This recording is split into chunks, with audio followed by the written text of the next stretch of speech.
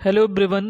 आज के इस वीडियो सेशन में जो है हम आई दृष्टि घटना चक्र का जो है हम सेकंड लेक्चर डिस्कस करेंगे।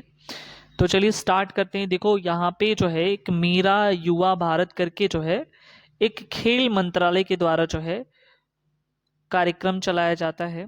ठीक है, मेरा युवा भारत कब चलाया गया था? ये 31 अक्टूबर 2023 का ये कार्यक्रम है। ठीक है, राष्ट्रीय एकता दिवस के अवसर पर जो है प्राइम मिनिस्टर नरेंद्र मोदी के द्वारा जो है माई भारत मंच के का शुभारंभ किया गया। मेरा युवा भारत या माई भारत करके था। ठीक है, तो इसमें देखो क्या हुआ था कि सबसे पहले यहाँ देख लेते हैं। 15 अगस्त 2022 को भारत की स्वतंत्रता की 75वीं वर्षगांठ मनाई जा रही थी।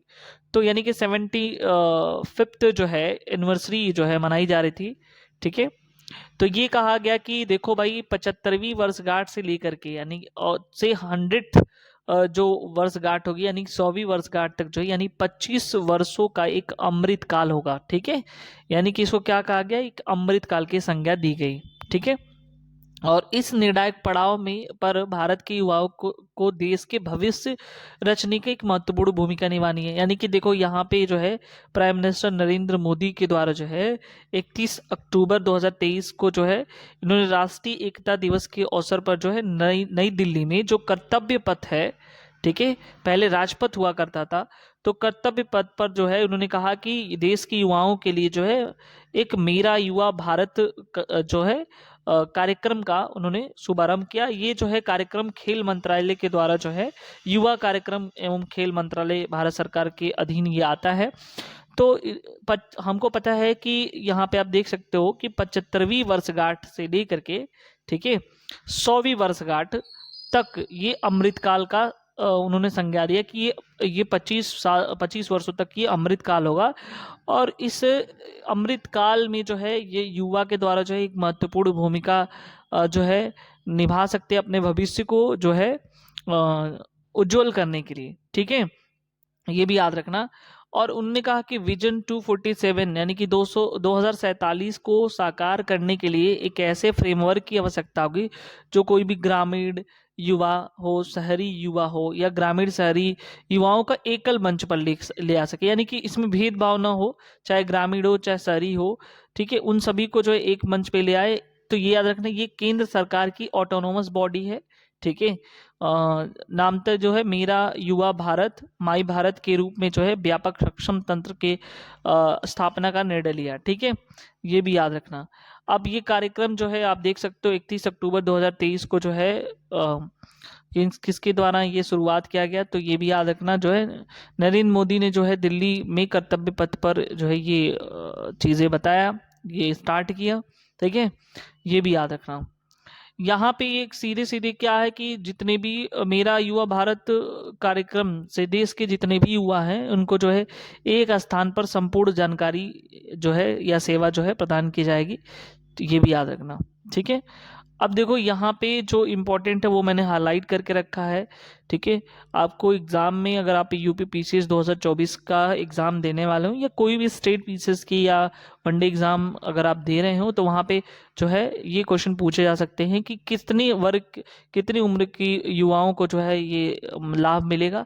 तो 15 से लेकर 29 वर्ष आयु के जो युवा हैं उनको जो है मेरा युवा भारत कार्यक्रम का लाभ मिलेगा। ठीक है, लेकिन विशेष रूप से जो किशोर जो एडोलसेंट्स एज के हैं, ठीक है, बनाए गए इस कार्यक्रम के जो कंपोनेंट्स के मामले हैं, लाभार्थी जो है 10 से 19 वर्ष यानी इसके भी बहुत सारे कंपोनेंट्स हैं, तो उनमें 10 से 19 वर्ष के आयु के वर्ग के भी होंगे। ठीक है, मेरा युवा भारत को फिजिटल कहा गया, फिजिटल मंच कहा गया। फिजिटल जो है 2 वर्ड से मिलकर बना है, फिजिकल प्लस डिजिटल। ठीक है, तो ये भी याद रखना यानी कि भौतिक गतिविधि के साथ साथ जो है डिजिटल रूप से जो है जुड़ने का और आगे बढ़ने का अवसर जो है मेरा युवा भारत के मंच से जो है लोगों को प्राप्त होगा। ठीक है, और ये जो एक निष्क्रिय प्राप्तकर्ता की जगह विकास का सक्रिय संचालक बनाने में मदद करेगा। ठीक है, अब हम आते हैं यहाँ पे देख लेते हैं आज़ादी के अमृत महोत्सव का समापन। ठीक है, हमको पता है कि जो है भारत की स्वतंत्रता के 75वीं वर्षगांठ मनाई यानी कि 75 वर्ष पूरे होने का उत्सव लोग मना रहे थे। ठीक है, सांस्कृतिक गौरवशाली का इतिहास रहा है। ये तमाम चीज़ें हैं जो हमारी काम की चीज़ें हैं। वो 15 नवंबर को जनजाति यानी कि इसके मनाने के तौर पे जब 31 अक्टूबर 2023 को जो है नरेंद्र मोदी ने राष्ट्रीय दिवस नेशनल यूनिटी डे के अवसर पर जो है नई दिल्ली कर्तव्य पथ से कुछ दिवसों का जो है उन्होंने कहा कि इस दिवस को जो है विशेष रूप से मनाया जाए।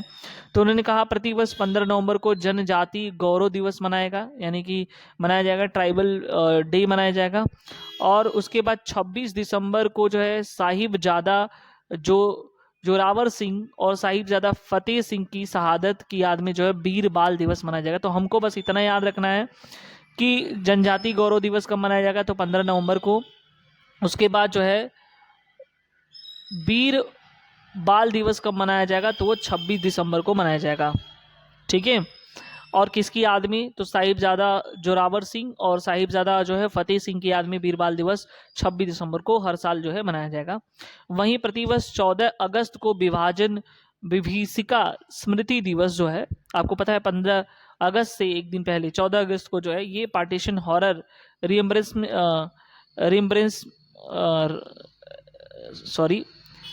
रिम्ब्रेंस डे करके जो है मनाया जाएगा। ठीक है, तो याद रखना यहाँ पे।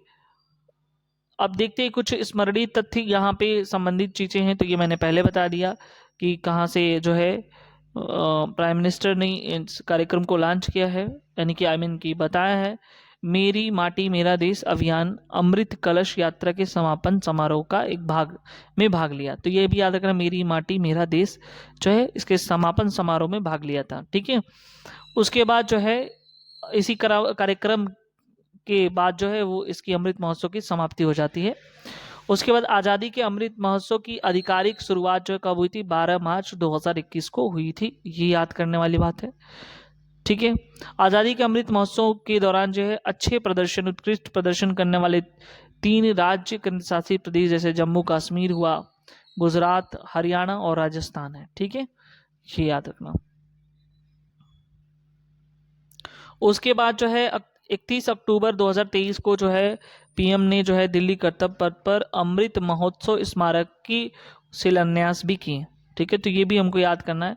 थोड़ी सी हम बात कर लेते हैं। मेरी माटी मेरा देश एक देशव्यापी लोकाभिमुख अभियान है जिसके तहत जो है भारत की स्वतंत्रता के 75 वर्ष पूर्ण होने के उपलक्ष्य में आयोजित किया गया। ठीक है, और ये अमृत महोत्सव के समापन कार्यक्रम था। ठीक है, यानी इसी के कार्यक्रम के बाद जो अमृत महोत्सव का समापन हुआ। ठीक है, इसमें जो 31 अक्टूबर 2023 के मध्य केंद्रीय युवा कार्यक्रम, खेल मंत्रालय और केंद्रीय संस्कृति मंत्रालय द्वारा जो ये किया गया था आयोजन। ठीक है, और इसमें जो है जो अभियान में जो है वीरों और वीरांगनाओं को श्रद्धांजलि दी गई जिन्होंने जो है देश के प्रति सर्वोच्च बलिदान दिया। तो इसीलिए इस अभियान का टैगलाइन था मिट्टी को नमन, वीरों को वंदन। तो ये क्वेश्चन पूछ सकता है, मेरी माटी मेरा देश का टैगलाइन क्या था, तो मिट्टी को नमन, वीरों का वंदन। याद रखना। नमो भारत, भारत की पहली रैपिड रेल सेवा जो है बनेगी। तो देखो नई विश्व स्तरीय परिवहन जो है निर्माण के माध्यम से देश की मतलब अलग अलग देखो क्या होता है, कनेक्टिविटी जो है बढ़ रही है। ठीक है, तो इसके लिए जो प्रधानमंत्री का एक विजन है क्षेत्रीय रैपिड ट्रांजिट प्रणाली, जिसको RRTS कहते हैं। ठीक है, रीजनल रैपिड ट्रांजिट सिस्टम। तो इसमें जो है इसमें क्या है कि राष्ट्रीय राजधानी क्षेत्र को जो है रीजनल नोड्स से जोड़ने वाली रेल आधारित प्रणाली है। ये भी याद रखना, यानी कि इस RRTS से जो है कई सारे जो है शहरों को जोड़ना है। ठीक है, इसमें लंबी ऐसे इसको विकसित किया गया कि काफ़ी लंबी दूरी तक जो है यात्रा करने वाले यात्रियों के लिए ये विकसित किया गया है, मतलब काफ़ी दूर तक। ठीक है, ये क्या है, ये गति मेट्रो रेल के लिए 3 गुने। अब देखो ये जो सेवा है ना, ये एक तरह की जो है कह रहा है कि इसकी जो गति होगी मेट्रो रेल से लगभग 3 गुनी अधिक होगी। ठीक है, जो भारत की पहली रैपिड रेल सेवा है ये मेट्रो से 3 गुनी एक्स्ट्रा होगी इसकी। ठीक है, इसमें कुछ याद करने वाली बात नहीं है, बस ये याद रखना भारत की पहली रैपिड रेल सेवा नमो भारत ट्रेन राष्ट्र को समर्पित किया। ठीक है, ये भी याद रखना, यानी कि पहली भारत जो रैपिड रेल सेवा है वो नमो भारत ट्रेन है। ठीक है, ये याद रखना।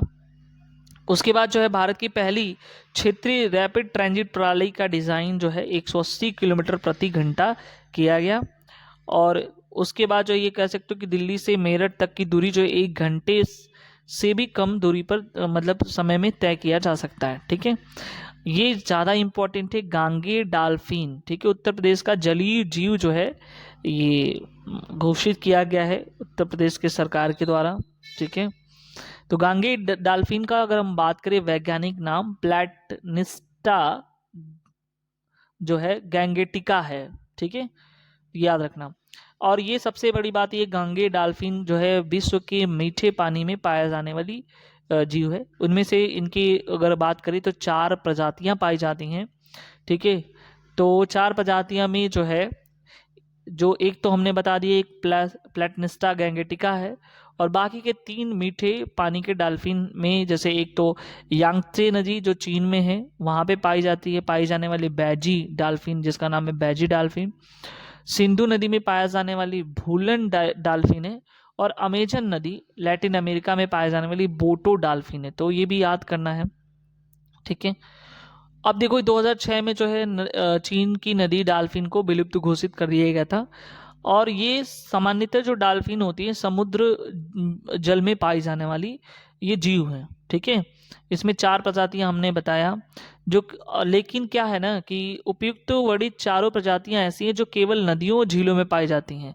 सामान्यतः तो यही होता है कि ये समुद्रों में पाई जाती हैं, समुद्र जल में ही पाई जाती हैं, लेकिन जो ये हमने 4 देखा है वहाँ पे ये सब के सब कहाँ हैं, तो ये जो है नदियों और झीलों में पाई जाती है। जैसे गंगा नदी डाल्फिन को प्राय जो है टाइगर ऑफ द गंगा कहा जाता है। तो जो गंगा नदी में डाल्फिन पाई जाती है उसको टाइगर ऑफ द गंगास बोला जाता है। ठीक है, तो ये भी याद रखना।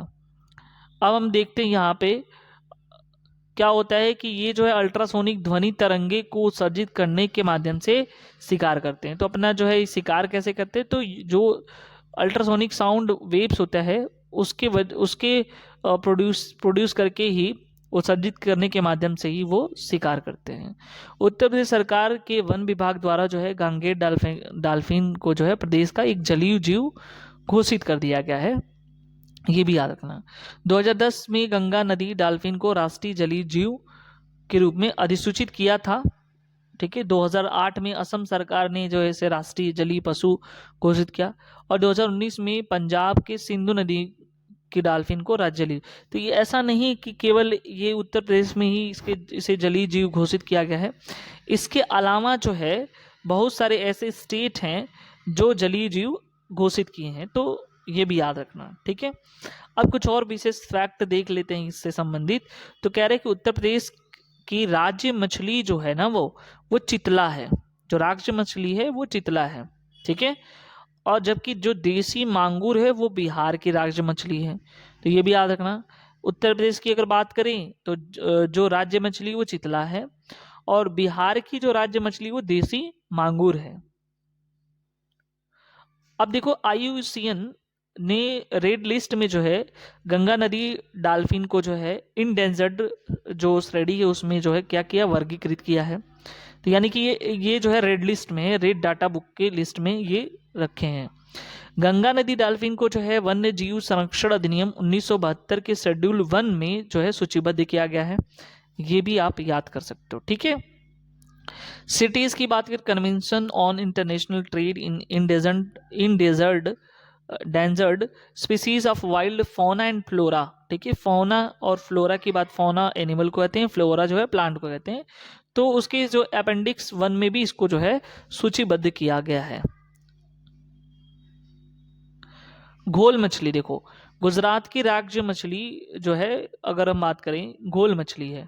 ठीक है, तो हमने देखा चितला उत्तर प्रदेश का है, और उसके बाद मांगुर जो है बिहार का है, घोल मछली गुजरात की राज्य मछली है। 21 नवंबर 2023 को विश्व मत्स्यिकी दिवस, वर्ल्ड फिशरीज डे जो है के अवसर पर जो है घोल दिवस को गुजरात की राज्य मछली के रूप में घोषित किया। तो ये भी याद रखना कि फिशरीज डे कब मनाया जाता है, तो ये 21 नवंबर को, और इसी दिन जो है गुजरात राज्य में जो है राज्य की जो मछली है घोल मछली को जो है इसे गुजरात राज्य की मछली घोषित किया गया। ठीक है, राज्य मछली इसको घोषित किया गया। अब इसका नाम देखो क्या है, प्रोटोनिबिया डायकैथस इसका जो है साइंटिफिक नेम है। सबसे बड़ी मछलियों में से एक है ये। और इसके अलावा जो है ये सुनहरी भूरे रंग वाली मछली गुजरात के अलावा कहाँ पाई जाती है, महाराष्ट्र के समुद्री क्षेत्रों में पाई जाती है। इसे गोल्ड फिश के नाम से जानते हैं, ठीक है। और इसकी जानते हो इसका मेन मोटो है आर्थिक मूल्य, यानी कि काफ़ी ज़्यादा जो है ये आर्थिक मूल्य के तौर पर इसको देखा जाता है। इसी विशिष्टता के कारण जो है गुजरात सरकार ने जिसे राज्य मछली का दर्जा दिया है, ठीक है। अब देखो यहाँ पे अगर हम गंगा नदी के किनारे की कुछ महत्वपूर्ण एरिया की बात करें तो विक्रमशिला डॉल्फिन अभयारण्य कहाँ पे है, बिहार में है, ये है, ठीक है। बिहार के भागलपुर जिले में बनाया गया है। भारत में प्रतिवर्ष 5 अक्टूबर को राष्ट्रीय डॉल्फिन दिवस भी मनाया जाता है। 15 अगस्त 2020 की स्वतंत्रता दिवस पर पीएम जो है नरेंद्र मोदी ने जो है डॉल्फिनों को संरक्षण देने के लिए जो प्रोजेक्ट डॉल्फिन की घोषणा भी की है, तो काफ़ी इंपॉर्टेंट है। आयुर्वेद ज्ञान निपुण जो है नैपुण्य पहल है। तो बस अब इसमें इतना याद रखना है कि केंद्रीय आयुर्वेदिक विज्ञान अनुसंधान परिषद के अंतर्गत आता है। ये एक तरह का जो है इसमें संलग्न जो चिकित्सक हैं उनके द्वारा उनके लिए जो है लॉन्च किया गया है। इसके तहत जो है जो चिकित्सक होंगे अपने जो आयुर्वेद के क्षेत्र में नए नए इन्वेशन को बढ़ावा दिया जाएगा उनको, ठीक है। तो ये सारी चीज़ें बस इतना याद रखना है, ठीक है। 5 लाख से अधिक जो है यहाँ पे पंजीकृत आयुर्वेद चिकित्सक हैं, तो ये सब करना नहीं, बस हमको ये याद रखना है कि किसके अंतर्गत आता है। भारतीय भेषज संहिता आयोग पीडीजी का सदस्य की बात करते हैं, इंडियन फार्माकोपिया, ठीक है, याद रखना। तो यहाँ पे भारतीय भेषज संहिता आयोग आईपीसी इंडियन फार्माकोपिया कमीशन की बात करते हैं, तो इसके द्वारा जो है ये संहिता प्रकाशित किया गया। और इसमें जो है ये किसके अंतर्गत आता है, तो केंद्रीय स्वास्थ्य एवं परिवार कल्याण मंत्रालय के द्वारा आता है। देश में दवाओं के मानकों को निर्धारित करने के लिए इस आयोग का गठन किया गया। तो बस इतना ही हमको याद रखना किस मंत्रालय के अधीन आता है और क्या इसका रीजन है, क्यों बनाया गया। तो ये देश के दवाओं के जो स्टैंडर्ड हैं उनके निर्धारित करने के लिए जो है इस कमीशन की गठन किया गया है। उसके बाद इसमें इंपॉर्टेंट हमको कुछ नहीं देखना है। अब आता है समक्का सरक्का केंद्रीय जनजाति, काफ़ी इंपॉर्टेंट है। तो देखो यहाँ पे क्या होता है, एक तरह का जो है ये मेला है, ठीक है। जैसे कुंभ का मेला लगता है वैसे ही समक्का शरक्का जठारा जो है एक तरह का मेला है। कुंभ के मेले के बाद ये दूसरा सबसे बड़ा मेला है। तो कुंभ का मेला सबसे बड़ा मेला माना जाता है और अभी चल भी रहा है, ठीक है। तो उसके बाद दूसरी नंबर का जो मेला है समक्का सरक्का जठारा का ये मेला है। एशिया का जो सबसे बड़ी जनजाति मेला इसको माना जाता है, ठीक है। कहाँ पे इसका आयोजन होता है, तो तेलंगाना राज्य में। ये जो वहाँ की एक जनजाति कोया जनजाति उसके द्वारा जो है इस मेले का आयोजन किया जाता है, ये भी याद रखना। उसके बाद देखो यहाँ पे यह एक द्विवार्षिक मेला है जो तेलंगाना के मुलुगु जिले के तडवाई मंडल स्थित मेदराम गांव में आयोजित किया जाता है। तो ये गांव इसको भी याद करना है हमको कि कहाँ पे इसका आयोजन किया जाता है। अब हम उसके आगे देख लेते हैं कि यह मेला जो है सिंपली जो है देवी समक्का और सरलम्मा, जिनको सरक्का भी कहते हैं, उनके सम्मान में आयोजित किया जाता है। तो ये याद रखना, दो देवियों का नाम है समक्का एवं सरलम्मा, जिनको सरक्का भी कहा जाता है। उनके सम्मान में ये मेले का आयोजन जो है कोया जनजाति जो कि तेलंगाना की है उनके द्वारा किया जाता है। और ये माना जाता है कि इनका जो मुख्यतः जो है मेला नेतृत्व में हुए जनजाति विद्रोह को याद में मनाया जाता है। माँ बेटी की इस जोड़ी 12वीं शताब्दी में काकतीय शासकों के सूखे की स्थिति के दौरान जो है जनजाति लोगों पर टैक्स लगाया गया, तो उनके विरोध में विद्रोह किया गया था। तो ये याद रखना, ये मुख्यतः कारण है। ये दोनों जो है माँ बेटी हैं समक्का और सरलम्मा, तो उनकी याद में ये जनजाति जो है मनाती है। तेलंगाना सरकार ने इसे राज्य उत्सव भी घोषित किया है। तो काफ़ी इम्पोर्टेंट है, ये एग्जाम में पूछा जाएगा, काफ़ी संभावना इसकी है। स्मरणीय तथ्य में देखिए तो केंद्रीय विश्वविद्यालय अधिनियम 2009 में जो है देखो क्या हुआ कि नरेंद्र मोदी ने जो है कि एक केंद्रीय विश्वविद्यालय संशोधन अधिनियम जो है 2023 को संसद में प्रस्तुत करने की स्वीकृति प्रदान कर दी। और इस विधेयक का उद्देश्य जो है केंद्रीय विश्वविद्यालय अधिनियम 2009 में संशोधन करना था, और उसमें कर के संशोधन जो है एक जनजातियों के लिए जो है एक विश्वविद्यालय बनाया गया, समक्का सरक्का केंद्रीय जनजाति विश्वविद्यालय। तो इसका मेन संशोधन करने का मुख्यतः यही उद्देश्य है। विश्वविद्यालय तेलंगाना के मुलुगु जिले में स्थापित किया जाएगा। ठीक है, ये हो गया। Travel for life. अब देखो ट्रैवल फॉर लाइफ का क्या मतलब यहाँ पे, तो देखो यहाँ पे एक वैश्विक जन आंदोलन है, मिशन लाइफ जिसको कहा गया है, और ये आंदोलन पर्यावरण की रक्षा और संरक्षण के लिए जो है एक व्यक्तिगत और सामूहिक कार्रवाई है, उसको प्रेरित करता है। देखो लाइफ का यहाँ पे तात्पर्य है पर्यावरण के लिए जीवन शैली, लाइफ स्टाइल फॉर इन्वायरमेंट। सबसे पहले जो है नरेंद्र मोदी ने जो है इसे 1 नवंबर 2021 को जो है ग्लासगो यूनाइटेड किंगडम में आयोजित किया था।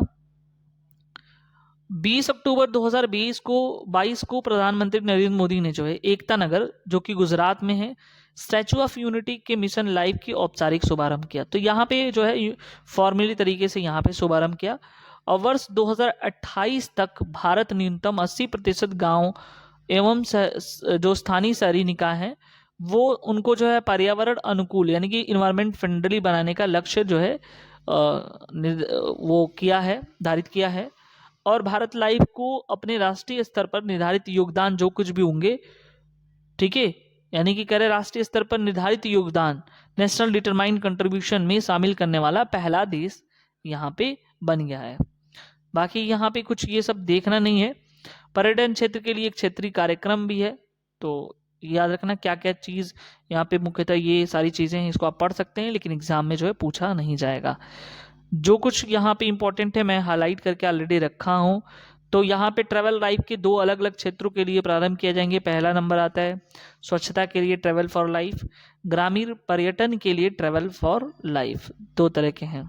ठीक है, अब देखो यहाँ पे क्या है कि सर्वश्रेष्ठ पर्यटन ग्राम प्रतियोगिता का जो है उद्घाटन किया गया। यहाँ पे बताया गया कि कौन सर्वश्रेष्ठ ग्राम है, तो उनको जो सम्मान भी दिया गया। तो 27 सितंबर को जो है, पहली बात याद रखना यहाँ पे विश्व पर्यटन दिवस मनाया जाता है, तो एक याद रखना 35 गांव को जो है इसको सर्वश्रेष्ठ पर्यटन में पुरस्कृत किया गया। 5 गांव को जो है स्वर्ण पदक, 10 गांव को रजत यानी सिल्वर, 20 गांव को जो है ब्रॉन्ज मिला। तो ये याद रखना। कौन कौन से गाँव हैं, तो दावर एक गाँव है बांदीपोरा जम्मू कश्मीर का, फर्स्ट नंबर पे। सारमोली है पिथौरागढ़ उत्तराखंड का है ये। उसके बाद जो है रईएक है ममित जिला मिजोरम में। कांथालरू है इडुक्की केरल में। मंडला पन्ना मध्य प्रदेश। रजत की अगर बात करें, रजत श्रेणी में गाँव में उत्तर प्रदेश का कुरैना ग्राम शामिल है। तो ये भी याद रखना, बस यहाँ पे यूपी के हम एग्जाम देने जा रहे हैं, तो ये सारी चीज़ें हमको याद रहना चाहिए। ठीक है, भारत की ऑर्गेनिक्स ब्रांड की बात करते हैं, तो यहाँ पे जो है अब देख लेते हैं यहाँ पे, तो कह रहे हैं 25 जनवरी 2023 को multi state cooperative society act 2002 के तहत जो है राष्ट्रीय सहकारी ऑर्गेनिक लिमिटेड NCOL की पंजीकृत किया गया, ये भी याद रखना। और ये जो है किस मंत्रालय के अधीन आता है, तो जो है राष्ट्रीय सहकारी मंत्रालय, जो कि ऑर्गेनिक लिमिटेड NCOL के गठन की मंजूरी दी। तो PM मोदी ने जो है सहकार की समृद्धि विजन के अनुरूप जो है इसे राष्ट्रीय सहकारी ऑर्गेनिक लिमिटेड की स्थापना एक राष्ट्रीय स्तर की बहुराज्य सरकारी समिति के रूप में की गई। ठीक है, राष्ट्रीय सहकारी ऑर्गेनिक लिमिटेड का मुख्यालय कहाँ पे है, आनंद गुजरात में। बस हमको इतना ही याद रखना है मुख्यालय कहाँ पे है, और 6 उत्पादों को जारी करता है। ठीक है, अब देखो यहाँ पे एकात्मकता की मूर्ति की बात कर लेते हैं, यहाँ पे काफी इंपॉर्टेंट है।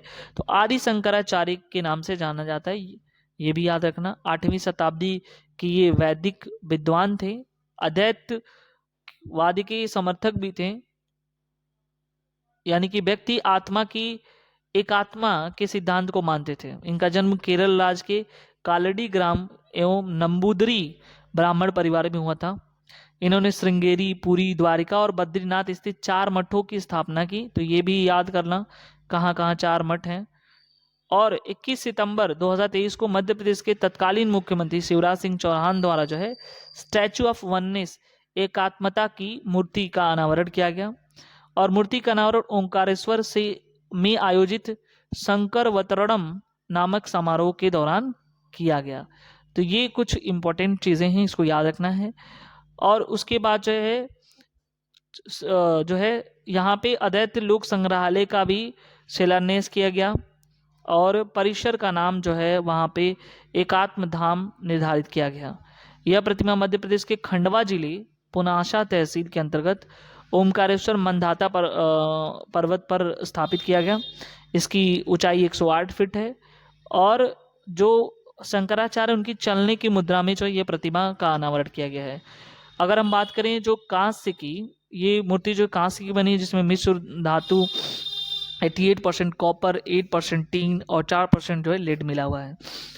यह प्रतिमा 54 फीट ऊंचे एक आसन के ऊपर स्थित है, यानी पेडेस्टल है। 27 फीट ऊंचे कमल की पंखुड़ी पे इनका बेस बना हुआ है। और उसके बाद जो है 500 वर्षों से अधिक समय तक ये खड़ी रह सकती है, ऐसी जो है डिजाइन और ऐसी चीजों का इस्तेमाल करके ये बनाया गया है। भारतीय चित्रकार वासुदेव कामत ने इसे तैयार किया है, ये भी याद रखना। इस स्केच के आधार पर जो है सोलापुर महाराष्ट्र के कुशल मूर्तिकार भगवान रामपुरे ने एकात्म तक की मूर्ति जो है का निर्माण किया।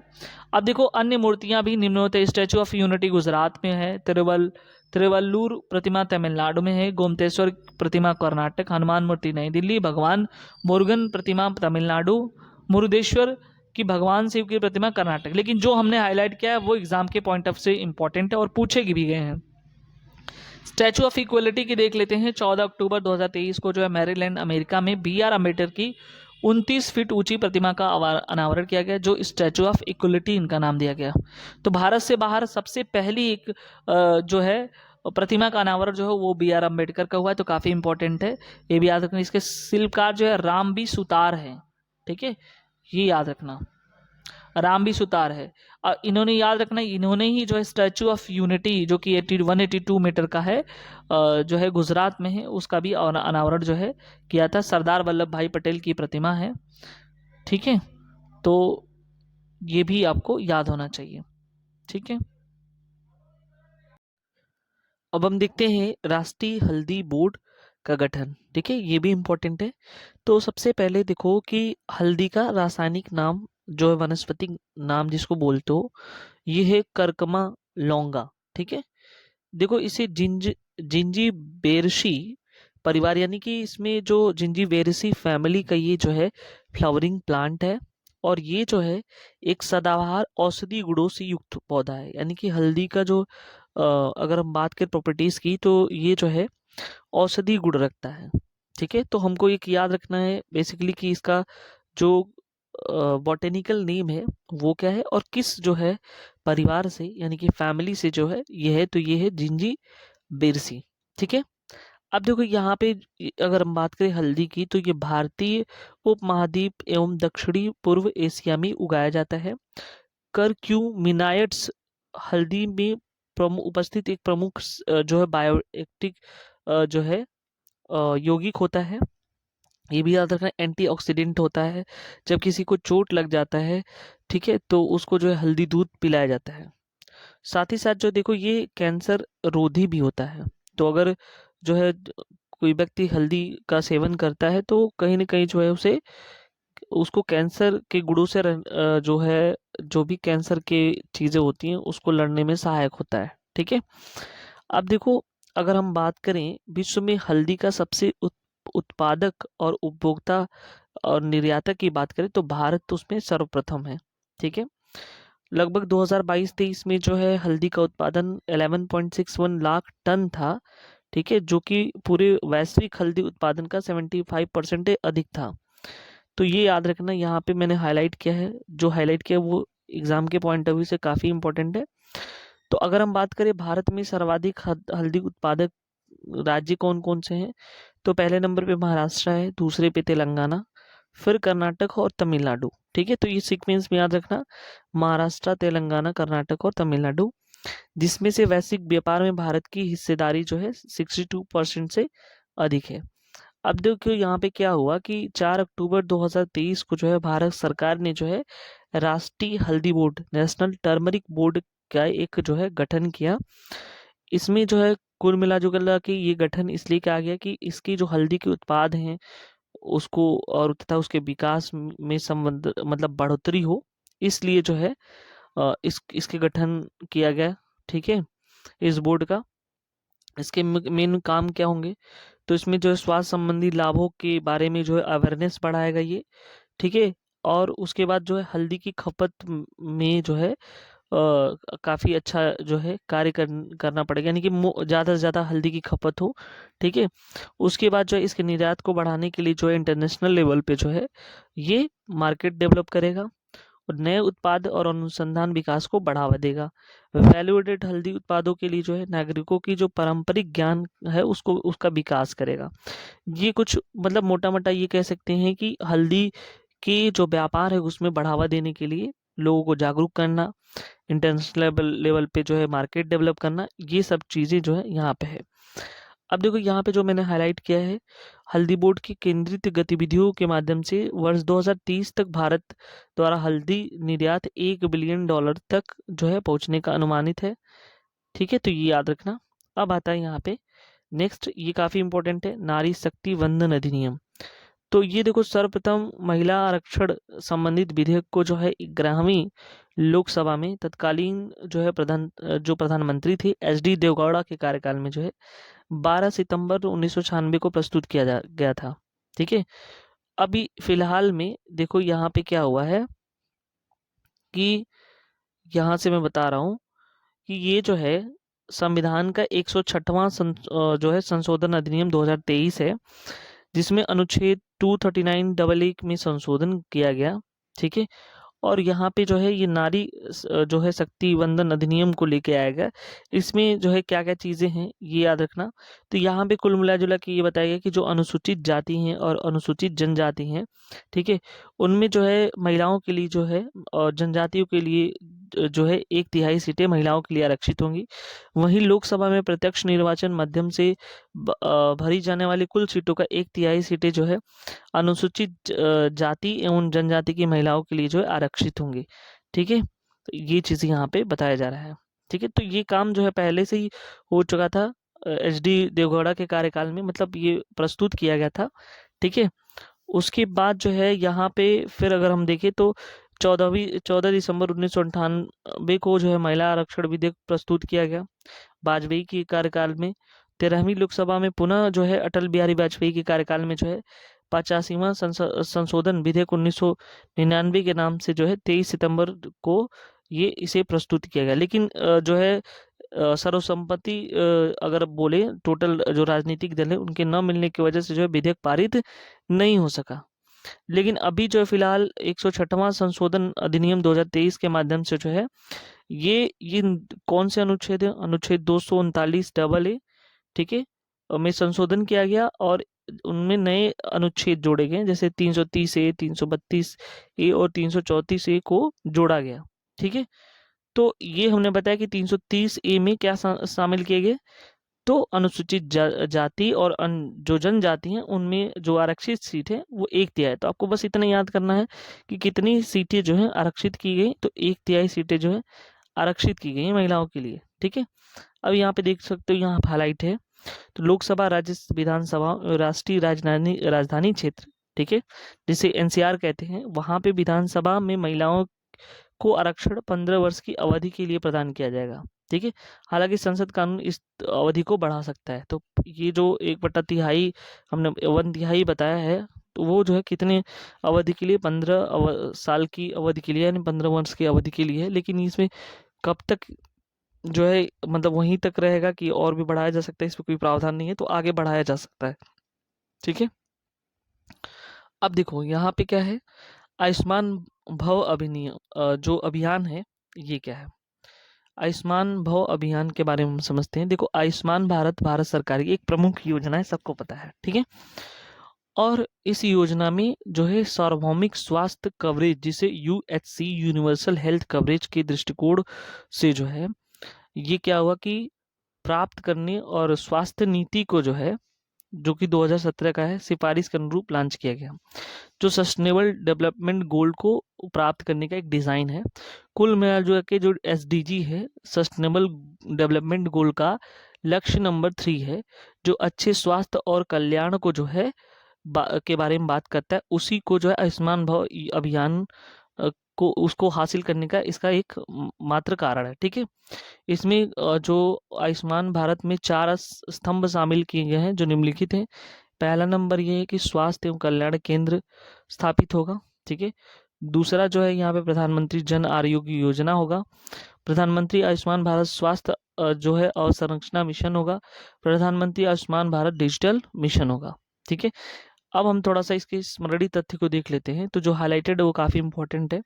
तो 13 सितंबर 2023 को जो है राष्ट्रपति द्रौपदी मुर्मू ने क्या किया कि गांधीनगर के गुजरात में जो है वर्चुअली जो है उन्होंने क्या किया, आयुष्मान भव अभियान का शुभारंभ किया। ठीक है, और ये जो है कुल मिला के हम बात करें तो आयुष्मान भारत कार्यक्रम की सफलता पर आधारित ये कार्यक्रम है। ये भी याद रखना कि आयुष्मान भव क्या है, तो आयुष्मान भारत कार्यक्रम की सफलता पर आधारित एक जो है स्वास्थ्य सेवाओं में परिवर्तन के लिए कार्यक्रम रखा गया है। ठीक है, याद रखना इसका मेन उद्देश्य राष्ट्रव्यापी स्वास्थ्य सेवा पहल है।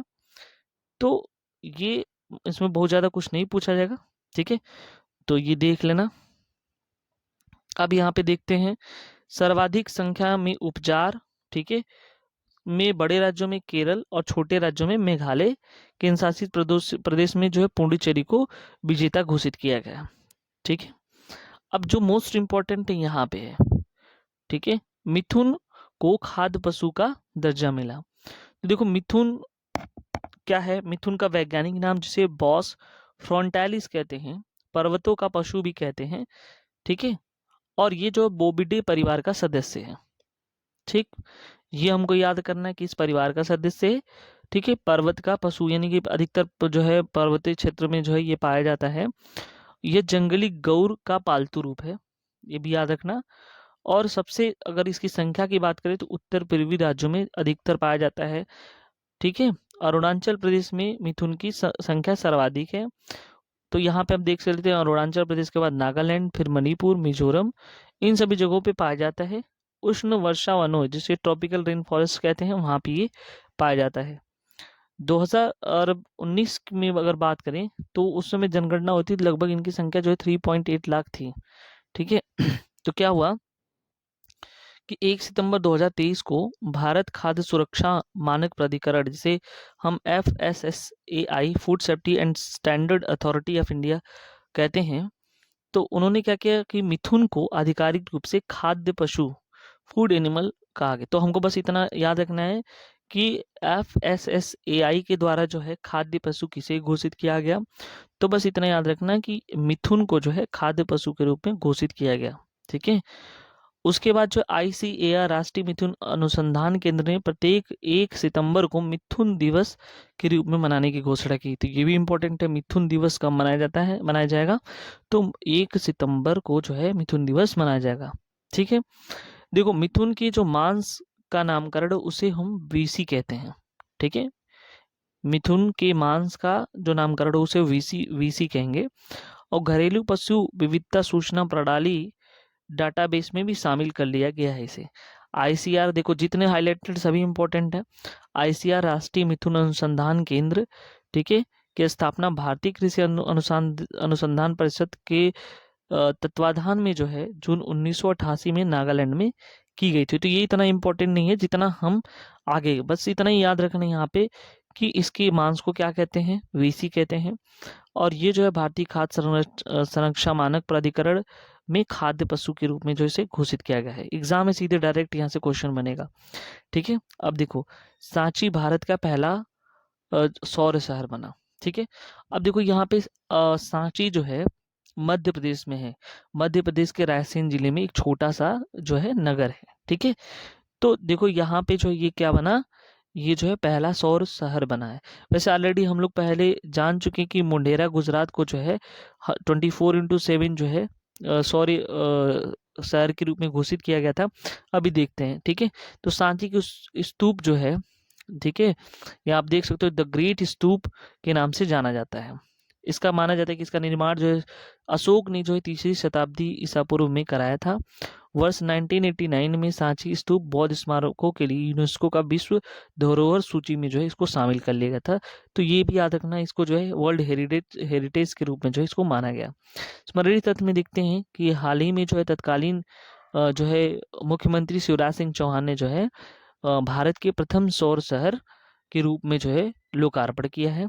ठीक है, और सांची को जो है शुद्ध शून्य नेट जीरो कार्बन उत्सर्जन शहर बनाने के लिए मध्य प्रदेश की जो सरकार है, ठीक है, उन्होंने जो है आईआईटी कानपुर के से मध्य क्या ही एक समझौता किया है, यानी कि आईआईटी कानपुर से समझौता करके जो है वो सांची शहर को जो है नेट जीरो कार्बन, ठीक है, यानी कि कार्बन मुक्त जो है शहर बनाना ये चाहते हैं। तो ये क्वेश्चन अगर प्रीवियस ईयर के जो एग्जाम हो उनमें देखोगे, या प्रीवियस ईयर नहीं मतलब जो भी अभी हाल फिलहाल में एग्जाम हुए हैं, तो देखो यहाँ पे क्या है, ये सीधे क्वेश्चन मिला है कि जो है 100% जो है नेट जीरो बनाने के लिए जो है मध्य प्रदेश सरकार ने जो है किस आईआईटी से जो है समझौता किया, तो आईआईटी कानपुर से ये समझौता किया है। ठीक है, तो ये बिल्कुल अपने दिमाग में जो इसको रखना है। अब देखो यहाँ पे जो मैंने पहले जिक्र किया मोढेरा गुजरात, ये मोढेरा कहाँ है, गुजरात में है। वहाँ पे 24/7 ऊर्जा संचालित गांव जो है प्रधानमंत्री मोदी ने 2022 में ही कर दिया था। ठीक है, तो 2400 घंटा जो है, 7 दिन 2400 घंटा वहाँ पे जो है सौर ऊर्जा से बिजली जो है गाँव को मिलेंगी। ठीक है, यानी कि मुंडेरा का सौरीकरण हो गया। सूर्यग्राम परियोजना के तहत इसे किया गया था और मुंडेरा भारत का प्रथम शून्य नवीनीकरण ऊर्जा उत्पादक गांव बन गया था। ठीक है, राज्य की बात करें तो ये है मध्य प्रदेश। ठीक है, अभी जो हाल फिलहाल में मध्य प्रदेश का जो एक शहर है सांची। ठीक है, एनसीईआरटी को डीम्ड विश्वविद्यालय का दर्जा मिल गया, हमको बस इतना ही याद करना है इसमें, और बाकी जो इसमें कुछ कहने लायक नहीं है। ठीक है, स्मरणीय तथ्य में यही यही है कि एनसीईआरटी जो है डीम्ड विश्वविद्यालय का दर्जा प्रदान कर दिया गया। ठीक है, स्वच्छ वायु सर्वेक्षण 2023 की अगर हम बात करते हैं, तो यहाँ पे देखो क्या हुआ था। 7 सितंबर 2023 को जो है नीले आकाश के लिए, यानी कि स्वच्छ वायु के अंतर्राष्ट्रीय दिवस जो है मनाया जाता है। ठीक है, मनाया जाएगा। तो इसको कहते हैं कि इसके अवसर पर जो है कुछ श्रेणियां निकाली गई कि किस शहर में सबसे ज्यादा मतलब स्वच्छता है।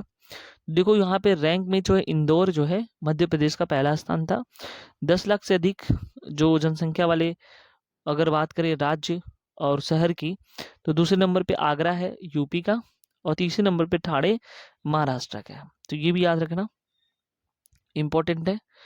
और ये राष्ट्रीय स्वच्छ वायु कार्यक्रम के तहत जो है ये कहा मतलब ये चीज किया गया। ठीक है, तो ये भी याद रखना। जलवायु परिवर्तन वन केंद्रीय पर्यावरण वन एवं जलवायु परिवर्तन मंत्रालय, स्वच्छ वायु सर्वेक्षण, इन सब का जो है मिला जुला करके जो सभी का जो है एक मिली भगत जो है योजना है, एक पहल है। ठीक है, बस इतना ही हमको याद करना है और कुछ नहीं यहाँ पे है। ठीक है, अगर हम बात करें यहाँ पे आप देख सकते हैं यूपी में गोरखपुर का जो है 11वें नंबर पे है 3 से 10 लाख की जनसंख्या में। ठीक है, वाराणसी का पूछ सकता है। ठीक है, तो 11वें नंबर पे वाराणसी है जो कि 10 लाख से अधिक जनसंख्या वाले शहरों की बात करें। लखनऊ का 24 है। ठीक है, प्रयागराज का 28 है। बाकी इतना डाटा नहीं पूछेगा। भारत मंडपम अंतर्राष्ट्रीय प्रदर्शनी सह सम्मेलन केंद्र, तो देखो ये नई दिल्ली स्थित प्रगति मैदान में जो है ये सम्मेलन हुआ था। ठीक है, मंडपम का, और ये हाल ही में प्रधानमंत्री नरेंद्र मोदी जो है नई दिल्ली में प्रगति मैदान में जो है ये सम्मेलन का उद्घाटन किया। ठीक है, इसे भारत मंडपम उन्होंने नाम दिया। ठीक है, उसके बाद जो है भारत मंडपम का जो नाम है भगवान बसवेश्वर अनुभव मंडपम से अभिप्रेरित है। बस इतना ही हमको याद करना है।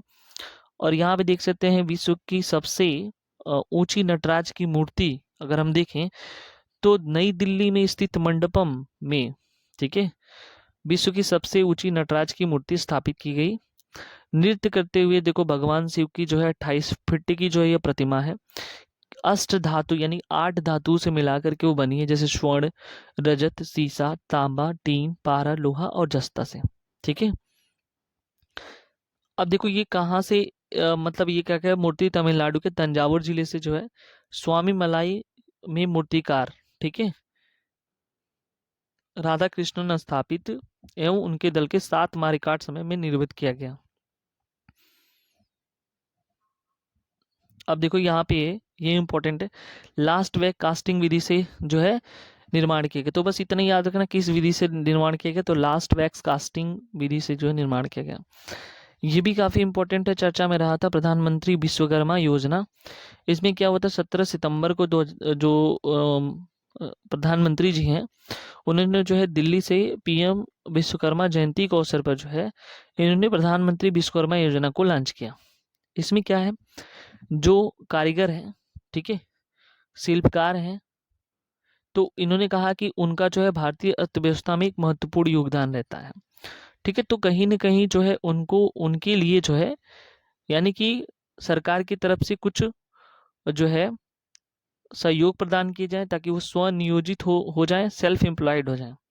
ठीक है, ये ऐसे लोगों की बात करता है जो अपने हाथों उपकरणों की सहायता से कार्य करते हैं। ठीक है, यानी कि सामान्यतः अर्थव्यवस्था को इनफॉर्मली तरीके से जो है कहीं ना कहीं जो है वो असंगठित होकर के जो है यहाँ पे इसको चलाते हैं, क्षेत्र का हिस्सा माना जाता है इनको। कुल मिला जुला के ये है कि जो भी शिल्पकार और कारीगर हैं, तो प्राइम मिनिस्टर ने उन्हें जो है विश्वकर्मा कहा है। ठीक है, क्यों कहा है, क्योंकि उन्होंने जो है किसी भी चीज को एक रूप दिया है। ठीक है, कारीगर क्या करता है, किसी चीज को बनाता है। शिल्पकार भी क्या करता है, किसी मूर्ति को बनाता है या कुछ बनाता है। ठीक है, तो एक नई चीज का रूप देता है। उनको ने पीएम ने जो है ऐसे कारीगरों और शिल्पकारों को जो है विश्वकर्मा कहा है। ठीक है, ऐसे में विश्वकर्मा में कौन कौन से लोग आते हैं, लोहार, स्वर्णकार, कुम्हार, बढ़ई, मूर्तिकार जैसे व्यवसाय वाले लोग जो है इसमें संलग्न है। ठीक है, अब इसमें क्या होगा, इसमें कि इस योजना में जो है जो वित्तीय सहायता मिलेगी 13,000 करोड़ के रूप में निर्धारित किया गया है, और ये जो है लोगों को बांटी जाएगी यानी कि दी जाएगी। अब देखो यहाँ पे क्या है, जो योजना सूक्ष्म लघु और मध्यम उद्यम मंत्रालय, कौशल विकास उद्यमशीलता मंत्रालय, वित्त मंत्रालय के वित्तीय सेवाएं विभाग द्वारा जो है ये क्रियान्वित की जाएंगी। ठीक है, तो बस इतना याद रखना। इसका टैगलाइन क्या है, ये इंपॉर्टेंट है, सम्मान, सामर्थ्य, समृद्धि। ठीक है, तो ये भी याद रखना आप लोग। इसमें आप देख सकते हो कौन कौन से लोग शामिल हैं। ठीक है, शिल्पकार और इसमें तो बढ़ई, नाव निर्माता, इतने सारे हैं, आप पढ़ लेना। इसमें से कोई जो है आने वाला नहीं है, जो मैंने बता दिया हाईलाइटेड है वो सारे इंपॉर्टेंट है। ठीक है, इसके लिए कार्ड बनवाया जाएगा और उस कार्ड पे जो है छूट मिलेगी और कुछ नहीं है। ठीक है, कहाँ तक छूट मिलेगी, तो 5% अगर आप लोन लेते हैं तो 5% की दर से जो है 1 लाख रुपए तक की पहली किस्त, 2 लाख रुपए तक की द्वितीय किस्त की ऋण सहायता प्रदान की जाएगी। यही जो है इस योजना का लाभ है। ठीक है, अब देखो एबीडीएम माइक्रोसॉफ्ट क्या है, इसमें कुछ बहुत ज्यादा नहीं है, बस ये याद रखना राष्ट्रीय स्तर पर आयुष्मान भारत डिजिटल मिशन का शुभारंभ किया गया। ठीक है, इसका 23 अगस्त को जो है राष्ट्रीय स्वास्थ्य प्राधिकरण में 100 माइक्रोसाइट्स परियोजना के तहत जो आइजोल मिजोरम में प्रथम एबीडीएम माइक्रोसॉफ्ट का को लॉन्च किया गया। मिजोरम, बस इतना याद रखना, मिजोरम एबीडीएम माइक्रोसॉफ्ट की शुरुआत करने वाला पहला राज्य बन गया है। ठीक है, यानी कि आयुष्मान भारत डिजिटल मिशन की बात ये किया जा रहा है। ठीक है, बहुत ज़्यादा इसमें वो नहीं करना है। ठीक है, तो हम लोगों ने देखो यहाँ तक जो है कवर किया। तो इसमें क्या इंपॉर्टेंट एक बार फिर से हम रिकॉल करा देते हैं, जो इंपॉर्टेंट है वही बता रहे हैं। ठीक है, देखो सबसे पहले यहाँ पे बहुत ज़्यादा इंपॉर्टेंट है, तो देखना है एक तो मेरा युवा भारत, एक जल्दी से देख लेना है ये। उसके बाद जो है आज़ादी का अमृत महोत्सव, ये इम्पोर्टेंट है। उसके बाद यहाँ पे जो है सबसे ज़्यादा इम्पोर्टेंट ये है गांगे डाल्फिन। ठीक है, उसके बाद हम बता रहे कौन सा इम्पोर्टेंट है, हाँ यहाँ पे समक्का सरक्का केंद्रीय जनजाति विश्वविद्यालय से संबंधित है। द्वितीय कुंभ मेला के बाद द्वितीय सबसे बड़ा मेला जो है कोया जनजाति के द्वारा मनाया जाता है यहाँ पे। ठीक है, फिर स्टैचू ऑफ वननेस आदि शंकराचार्य का, ये इम्पोर्टेंट है। राष्ट्रीय हल्दी बोर्ड का गठन, ये भी देख लेना, ये ज़्यादा इंपॉर्टेंट है। नारी शक्ति वंदन अधिनियम, ठीक है। उसके बाद जो है यहाँ पे ये भी इम्पोर्टेंट है, मिथुन को खाद्य पशु का दर्जा, बस इतना याद रखना है कि किसने मतलब दिया गया है, तो खाद्य संरक्षण और मानक प्राधिकरण के द्वारा जो है इसको दिया गया है। सांची का पहला सौर शहर, ये भी इम्पोर्टेंट है। मोंडेरा गुजरात को भी याद रखे रहना। सर्वेक्षण में जो है वायु संरक्षण में जो है प्रथम रैंक किसका, ये याद रखना है। और पीएम विश्वकर्मा योजना, ठीक है, ये भी इम्पोर्टेंट है, ठीक है। तो इतने सारे इंपॉर्टेंट है, हम लोगों ने देख लिया है। तो नेक्स्ट वीडियो में जो है अभी इसका एक पार्ट और आएगा, 1 से 2 पार्ट और आ सकते हैं, ठीक है। आई होप ये चीज़ें आपको समझ में आ रहेंगी। चैनल में नए व्यूअर्स हो तो सब्सक्राइब ज़रूर कर लें। Thank you so much.